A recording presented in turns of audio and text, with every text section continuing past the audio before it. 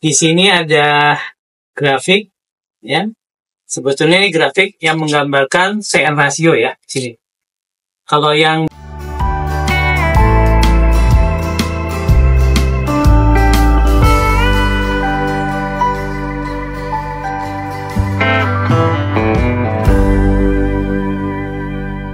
coba cross check lagi ya Pak, apakah benar seperti ini atau enggak. Jadi untuk penjelasan CN rasio di media air itu dengan pendekatan efisiensi sebesar 40%, ialah agar bakteri dengan CN rasio yang bernilai 5. Kita sebagai pembudidaya harus memperlakukan media air sehingga dalam media air tersebut CN rasionya menjadi 12,5. Hal tersebut benar atau enggak Pak? benar sekali. Tapi ada baiknya sedikit kita merefresh balik apa yang sudah saya jelaskan sebelumnya. Kita punya kolam. Benar, ini kolam ya. Ada media air.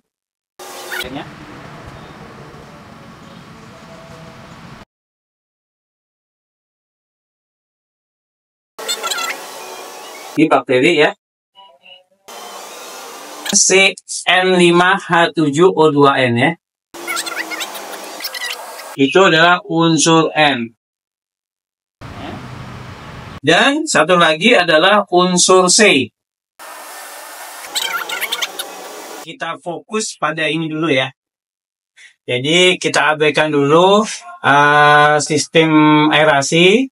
Nanti akan kita bahas pada video-video selanjutnya. Sebagai pembudidaya, tentu saja yang berkaitan dengan CN rasio, yaitu adalah penambahan unsur yang kita tambahkan setiap hari, yaitu unsur ini ya, unsur N ini, lagi, dan unsur C.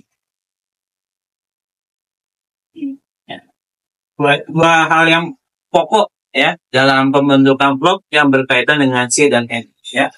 Nah, dengan pengaturan perbandingan antara unsur C dan unsur N yang masuk ke dalam kolam bioflok dengan komposisi yang sangat tepat, maka bakteri pembentuk vlog ini berkembang dengan sangat cepat dan banyak sekali.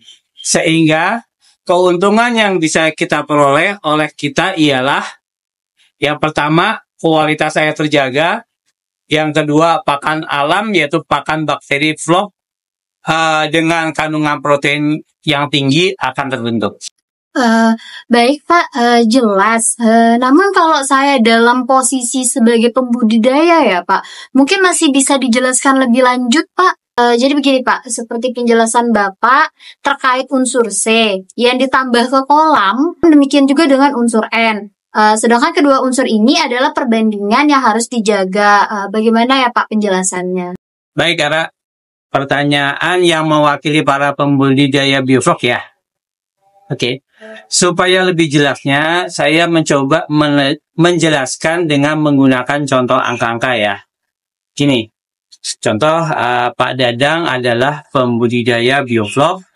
Pak Dadang kemudian memilih perbandingan karbon terhadap ataupun C ya terhadap nitrogen ataupun N sebesar 15 untuk memperoleh lebih banyak vlog.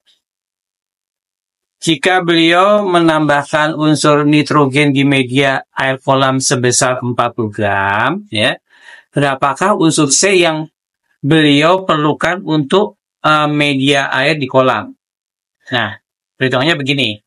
Jadi, C per N kita tahu sama dengan 15. Sementara nitrogen yang sudah ditambahkan ke dalam kolam sebesar 40 gram. Jadi, dengan demikian Pak Dadang memerlukan sebesar 15 dikali 40 gram nitrogen atau sebesar 600 gram karbon. Nah, sebaliknya, jika Pak Dadang memilih perbandingan CN rasionya itu lebih rendah atau sama dengan katakanlah 12,5 ya, maka dengan cara yang sama seperti perhitungan sebelumnya, maka karbon yang diperlukan adalah sebesar 12,5 dikali 40 gram atau sebesar 500 gram. Bagaimana? Harap sekarang paham? Oke. Tadi kan sempat dijelaskan untuk cyan rasio kan 12,5 ya Pak. Nah itu tuh apa yang terjadi kalau cyan rasio di air itu kurang dari 12,5 dan apa juga yang terjadi kalau lebih dari 12,5? Ya baik, saya akan menjawab dari sisi pengalaman saya sebagai pembudidaya selama kurang lebih 6 tahun di Orifice Bangsri. Ya. Apa yang saya amati begini, ketika unsur karbon atau C yang saya tambahkan ke kolam sangat minim, sedangkan unsur nitrogen atau N yang saya tambahkan terlalu besar, dan dengan catatan ya, saya menggunakan probiotik bakteri dari jenis heterotrof, itu yang didominasi nanti warnanya air jadi hijau, dan ada kematian ikan sedikit demi sedikit berangsur-angsur tambah banyak. Tetapi ya, fakta sebaliknya, ketika saya memberikan unsur C dengan porsi yang cukup dan unsur nitrogen yang memadai ya, maka air akan berwarna coklat.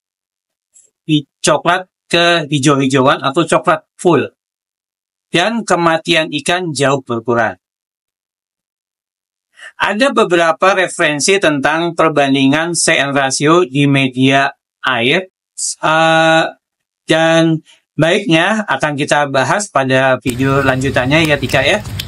Untuk itu tetaplah sobat-sobat berada di channel ini dan jangan lupa subscribe ya.